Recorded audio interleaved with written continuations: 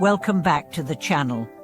It's always an honor to have you here, sharing this sacred space where we explore the deepest truths of human experience.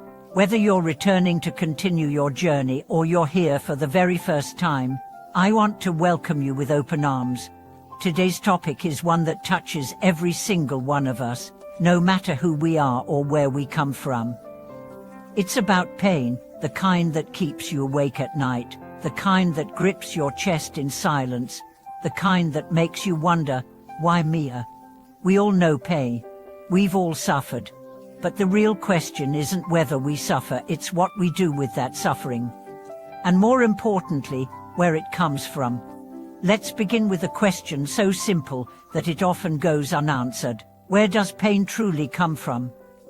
Is it from other people's actions, from life's unfair twists, from the things we've lost, or is it from something deeper, something buried in a place we try to avoid at all costs? Today, we'll uncover that truth. The Buddha said, pain is inevitable, suffering is optional.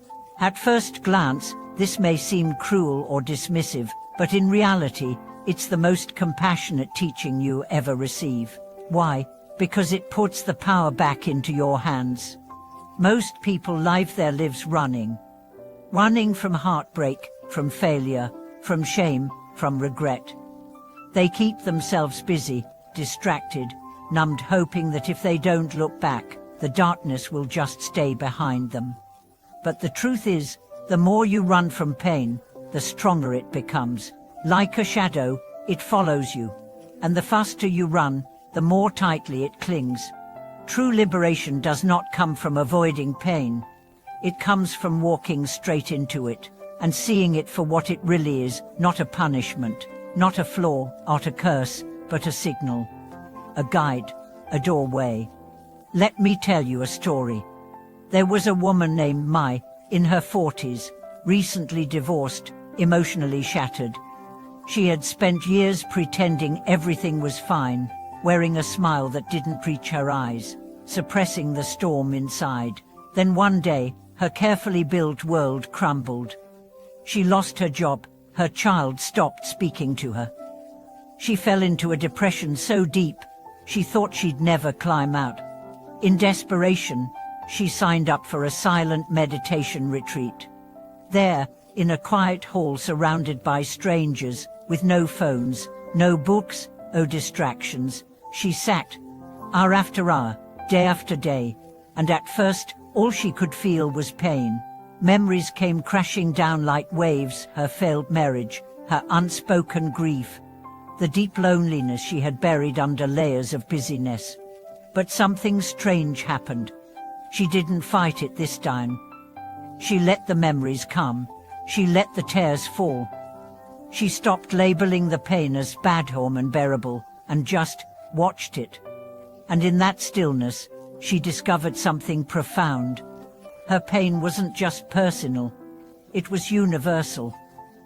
Her sorrow wasn't just hers, it was the sorrow of every mother who had felt invisible, every child who had felt abandoned, every heart that had ever broken. And when she realized this, something in her shifted. She didn't feel sorry for herself anymore. She felt connected. She saw her pain not as a wound, but as a passage. A path that, if she dared to walk it, could lead her somewhere new, not back to her old life, but forward to a truer one. This is the secret most people never learn. Pain, when faced fully, becomes power. Not the kind of power that dominates others, but the kind of power that frees you from illusions, from expectations, from the lies you've told yourself just to survive. Because here's the truth, your pain is not your enemy, it is your teacher. And like all good teachers, it can be harsh, but it is always trying to show you something. Always. Maybe your pain is showing you that you've been living someone else's dream. Maybe it's showing you that your worth does not depend on your productivity. Maybe it's showing you that you've spent too long silencing your own voice just to keep the peace.